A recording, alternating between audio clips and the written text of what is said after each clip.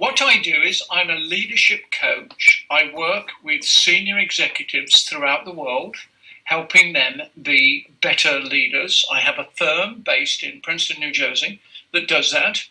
And I'm also a teacher in executive MBA programs in some business schools in the New York area. I think the most significant moment I can think of was I was chief executive of a British management and technology consulting business 21 years ago, and I got fired.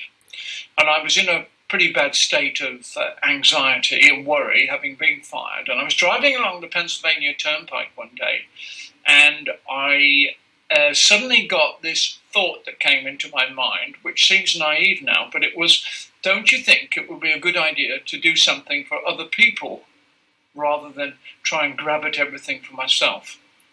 That was a starting point and a turning point of a career which took me, rather than being a chief executive again, to helping other chief executives do their job.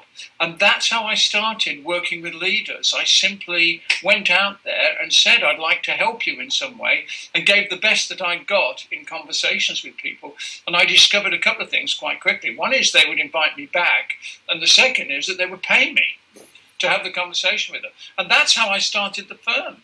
Nothing more than that. Then over the years, I've expanded it, and I can't believe it, but I'm telling you today, and it's 21 years since I started that. And I've had this most fantastic ride where I've been able to coach and work with some of the most incredible leaders in businesses throughout the world over those years. And it's been an absolute privilege and thoroughly enjoyable, and financially incredibly well rewarding as well. I formed into a partnership for about 10 years, and then during one of the recessions, we sort of collapsed down, and I bought the partners out. But still to this day, that's what I do every day. I work with leaders one-on-one, or with teams of leaders in businesses throughout the world, helping them do a better job of leading. I would say to anybody that there's a great tendency to think that to find your dream career, there's something outside you that you've got to go find and discover. And I would say to you, that is what modern society tells you. That is what all the websites tell you. But in reality, the good of who you truly are is already within you. The stuff of your dream career is already in there.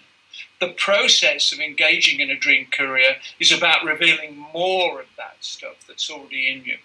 So I would start and suggest starting thinking about the things that give you joy, the things you're good at, the things that give you fun, and then see if you can march forward in some way along that path. And if you're doing the things that give you joy and you're helping other people and you're doing that genuinely, you will be amazed what will be delivered to you and how it will reveal more of who you truly are. And so that's, I think, the most important advice I've got to give. It's not about what's outside you. It's about what's inside you. And if you want a dream career in a company, it's going to be about playing to your strengths. It's about connecting to the growth of a business and the growth of you from within. When you understand that equation, you will be an incredibly valuable employee for an organization. I always say the G word when I'm teaching executive MBA students. I always say, what's the initial on my forehead? It's the initial G. G stands for growth. You've got to be connected to the growth of the organization. You've got to be able to do it in a joyful way. That's where we grow from. I know that there are all sorts of systems out there designed to tell you how poor you are at things, how weak you are at things. I don't believe any of that. I believe that corrective action should be kept to a minimum. Playing to strength, playing to the things that give you joy should be maximized. You'll build a great career if you just work with those principles.